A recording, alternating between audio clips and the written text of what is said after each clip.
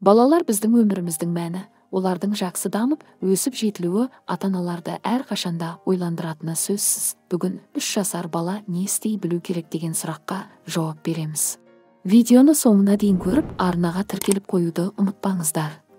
3 жасар балалардың бойы 93-94 сантиметр, салмағы 14-15 килограмм болады. Орталық жүйке жүйесінің қызметі жетіледі.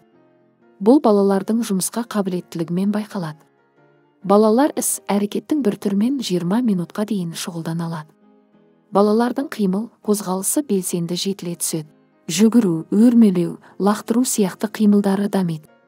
3 жаста тілдің мағыналық мазмұны одан әрі кеңейе түседі. Олар үлкендердің сөзін жақсы түсінеді.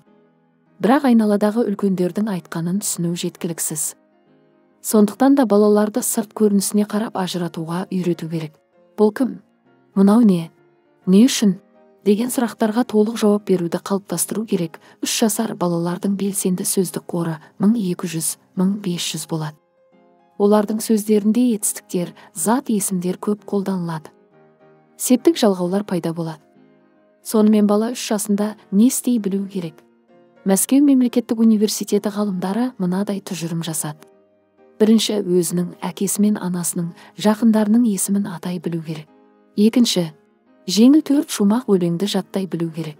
Үшінші, заттардың, бұйымдардың аттарын, түсін айта білу қажет. Төртінші, 5-ке дейін санай білу керек.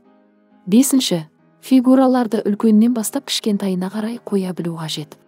Алтыншы, жеңіл пазылдарды дұрыс жинай білу керек. Жетінші, пластилиннен шарик жасай білу керек. Сегізінші, қауіпсіз қайшымен қағазды қия білу қажет. Тоғызыншы, қолын жуып сүлгімен сүрте білу керек. Оныншы, аяқ киімі мен үстіндегі киімін өзі шешу керек. 11-ші, бір аяқта секіре білу қажет. 12-ші, допты қағып алу керек. Осы айтылғандардың ішінен егерде бір-екеуін ғана жасайтын болса, алаңдауыңызға негіз бар. Не үйрету керек, не балалар дәрігеріне көрсету қажет дейді мамандар. Сіздің 3 жасар балаңыз жоғарыда айтылған пункттердің қайсысын істей алады? Комментарийға жаза кетіңіз.